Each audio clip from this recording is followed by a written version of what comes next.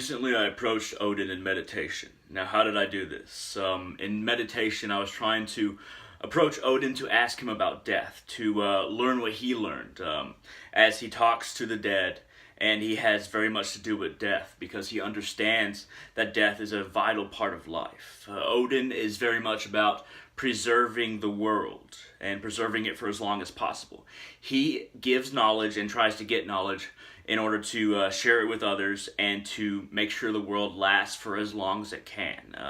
He works for every single day that the world exists, and he works to extend that length as far as he possibly can.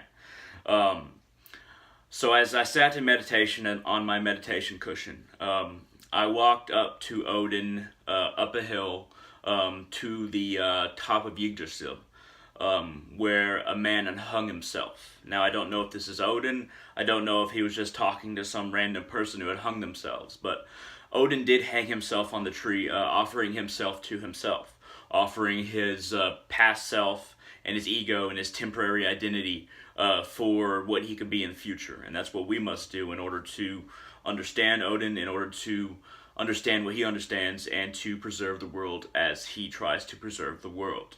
Now, this doesn't mean that you should hang yourself. It just simply means that these images represent a sacrifice, a personal sacrifice of one's identity, of one's confined understanding of oneself at a time, so that one continually grows as we continually offer ourselves and hang ourselves of the past in order to gain an understanding of what we can be and to become something in the present that we could not become in the past. Now, as I walked up this small hill towards Yggdrasil, the top of Yggdrasil, where this man had hung himself, and where Odin stared up at him in a hood and a dark clothing, kind of like not necessarily a robe, but dark leather clothing that was baggy, and he looked up at this man under his dark hood, and I couldn't really see his face because his hood was pulled down. And this was basically the epitome of me approaching him and talking to him about death, because I've been trying to get close to him recently in the past few days, past week, to try and understand what he knows about death in order to help preserve the world and to help gain knowledge in order to do that. And as I walked up, he already knew I was there. He didn't even turn and look at me. He just kept on looking at this body hanging from the tree that had hung himself. And I asked him, what did you and do you learn from hanged men? What do you learn from the dead? What have they taught you? What can you teach me about death? Because I feel like a part of me wants to approach death, not necessarily to die, but approach death so that I can have a conversation. And this doesn't involve me going to the edge of physical death, as I have been in the past, but it does involve me approaching something that most people feel is taboo, approaching the end of things, whereas everybody wants to hang on to life, just cling to it as much as possible for as long as possible. And basically what Odin told me, because he knew my question, wanted to know more about death, he said that you have the capacity to die within you. The seed is there. You just have to look within. If you want to learn about death, if you want to know death, and gain some knowledge from the experience, or gain some knowledge that you can use in the future, you just have to look for that seed within yourself, that seed of dying, that seed that is inherently attached to life. And you have to question that part of yourself within you. It's not an external thing. Death is not an external thing. It doesn't come at us from a different source. The capacity to die, the capacity to appreciate and understand death is already within us. And I didn't really understand that until a few days ago. As I sat in meditation, I approached Odin. And as I break apart this meditation and what Odin told me, and that's basically all he told me. There's a couple other details, but that's basically all he told me. I start to examine, what about myself should die? And is that what he meant? Does he want me to sacrifice a part of myself in order to gain greater wisdom, to follow in his footsteps and try to preserve the world? And every day I'm starting to learn a little bit more about death just by understanding not necessarily what can kill me physically, but what can kill me long before I physically die. What can kill me before I physically die is being attached to the body. Being attached to the body that ultimately must sacrifice itself for the soul.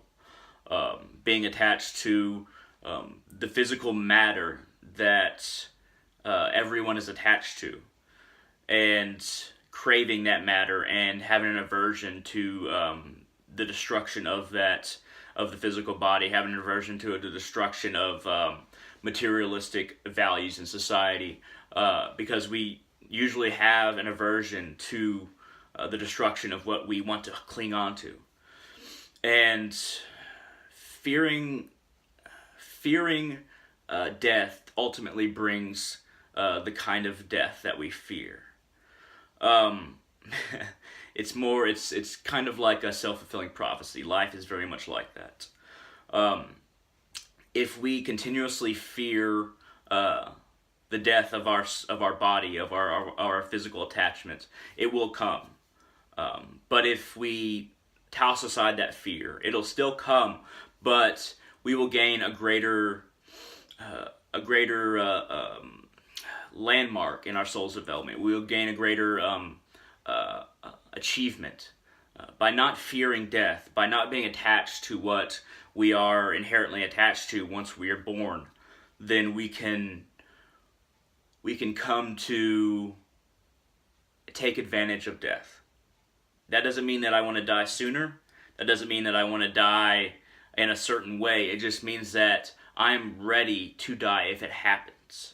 And I'm prepared within myself to sacrifice this identity, this body, to my soul's development, my soul's transformation into another realm, and then back to this one, and then back and forth until I finally reach the very top of Yggdrasil, the world tree, which holds all the dimensions, all the different worlds, which are the dimensions, and all the different natures of the universe. Yggdrasil holds all of these different things from bottom to top, and we think that Yggdrasil is endless in its heights. But really, as we hang ourselves along this tree, as we hang our different identities, our different personalities, our different attachments along this tree, we ascend higher and higher. If we cling to these identities, as we are hung instead, in a sense, and we keep on falling back to more decayed bodies that we had previously hung, and we fall back into a system of decay, of stepping back from the progress that we've made. So we must embrace the sacrifice of ourself to ourself in order to reach the zenith of our purpose, and purpose that is unity. And that's why Odin tries to preserve the world for as long as possible, because the longer the world exists, the longer chaos is fended off, and that the longer the gods of higher consciousness have reign, the more time we have to destroy the attachments of our past and instead evolve spiritually to greater forms until we ourselves are among the Aesir, among the gods, and beyond. What is beyond the source? Trying to get further and further towards the source. And like a bodhisattva of the the Buddhist tradition, Odin stays behind, even though he could leave and ascend further and further.